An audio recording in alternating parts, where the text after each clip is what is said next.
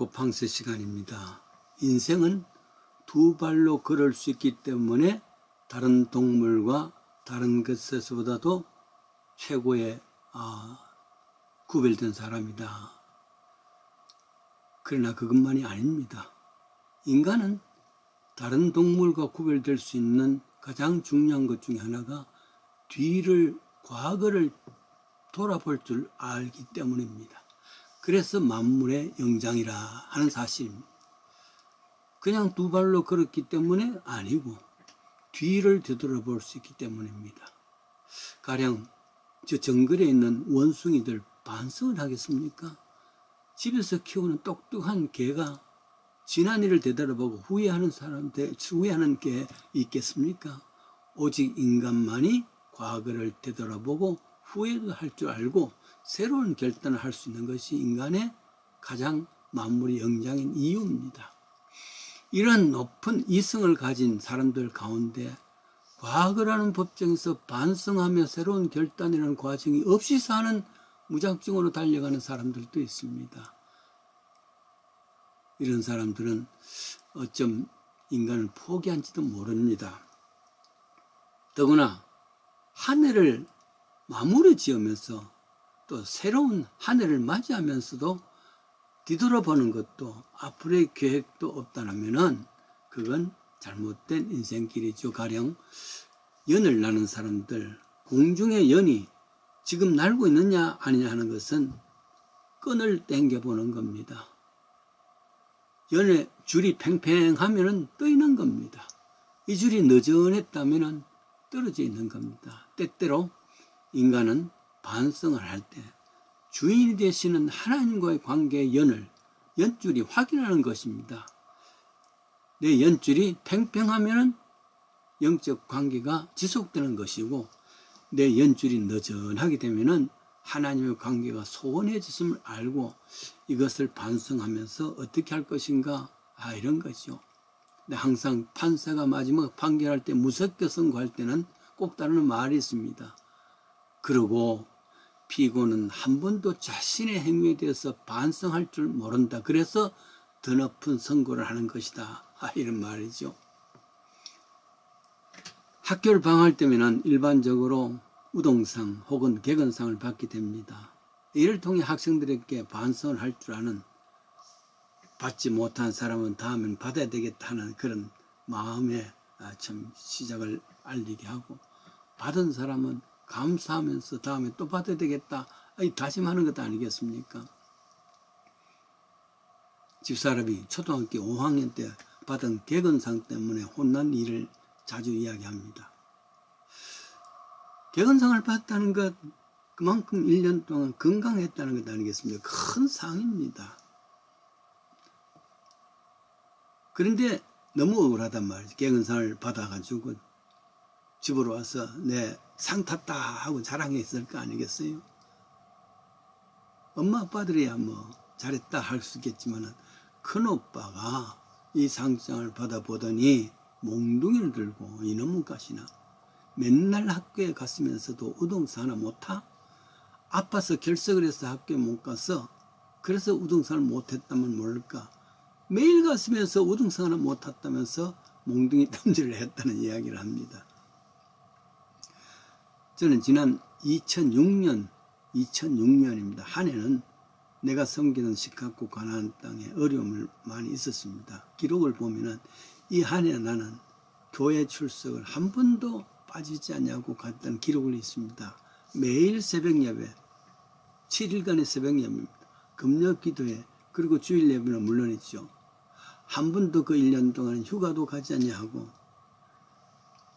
1년에 한 두세 번 나가는 집회 초청에도 나가지 않냐고, 혹은 세미나가 있다든지 이런 거 일체 끊고 오직 교회만, 예배만 집중했습니다.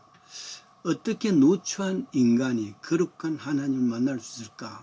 오직 한 가지, 예배를 통했습니다. 그 예배를 통해서 하나님 앞에 섰을 때 거울이 됩니다. 반성의 거울이죠. 반성의 사전적인 의미는 자기 자신의 상태를 돌아보며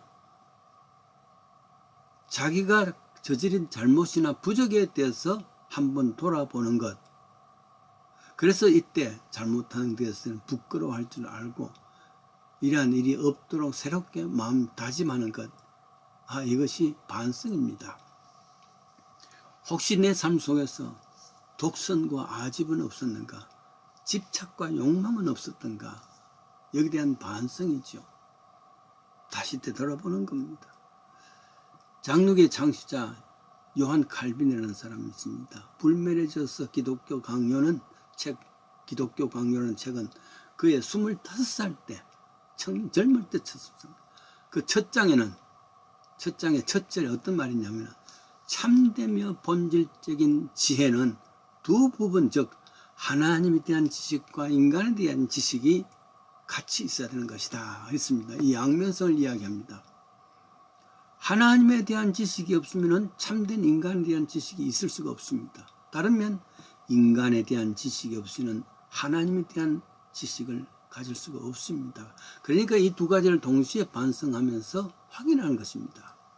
때때로 사람들이 나는 하나님 앞에서 부끄럼 없어 이렇게 당당하게 외치는 사람이 있습니다. 그렇다면 사람에 대해서는 있을 수 있다는 것. 나는 저 사람에 대해서는 아무런 양심의 가치가 없어 하는 사람도 가만히 생각하면 하나님에 대해서는 부끄러움을 가질 수 있다. 그런 말이죠.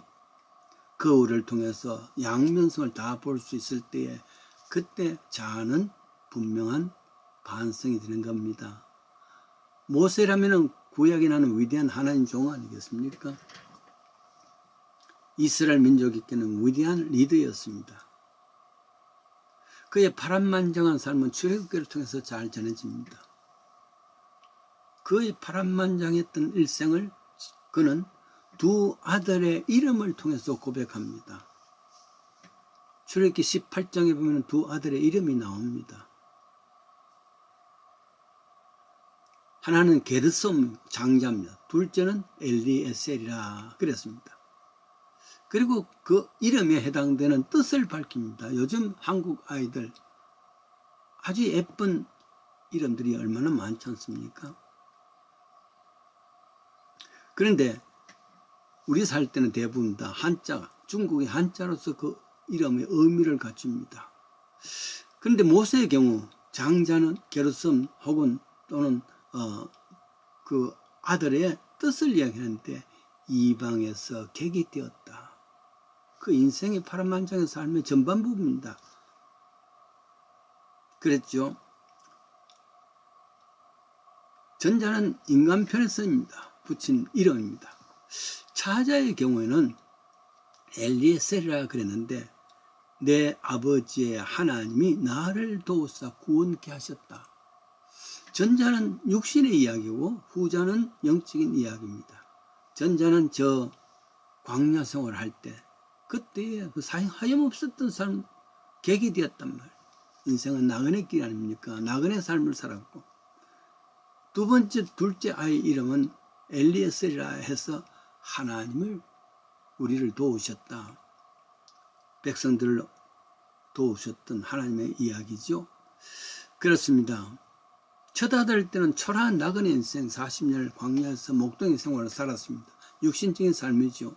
거기에 대한 반성을 합니다.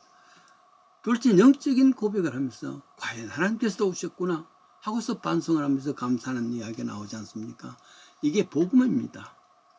복음에서 말하는 신분의 변화입니다. 광야에서는 나그네 생활, 육신의 생활을 살았지만 이제 하나님 은혜 가운데 산다는 신앙 고백입니다. 에베소서 2장 12절이죠. 바울은 전에는 너희가 그리스도 밖에 있었고 하나님 밖에 있었더니 이제는 너희가 그리스도 안에서 가까이 오직 성도와 동일한 시민이다. 전에는 육체적인 삶을 통해서 그리스도 밖에 있었는데 지금은 영적인 삶에서 그리스도 안에 있다는 이 반성을 되돌아보는 겁니다. 영어로 1월달을 제누얼이라 그러죠. 1월 제누얼이. 이 제누얼은 제누스 혹은 야누스입니다. 로마의 신화에 나오는 신의 이름입니다. 이 야누스는 앞에도 볼 수 있는 눈이 있고 뒤로도 볼 수 있는 눈이 있다 그럽니다. 말하자면 앞으로는 미래를 계획하고 뒤로는 한 해를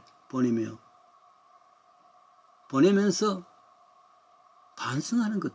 그래서 1월달은 반성과 미래를 동시에 있다는 것이 아니겠습니까? 황혼이 햇살이 사실은 새벽 햇살보다 더 장대합니다. 장관이란 말이지. 그건 왜 그럴까? 하루라는 세월이 있었기 때문이라 그렇습니다. 2022년 이자가 제일 많습니다. 우등상도 개근상도 함께 탈 수 있는 축복의 한 해 되시기를 바랍니다.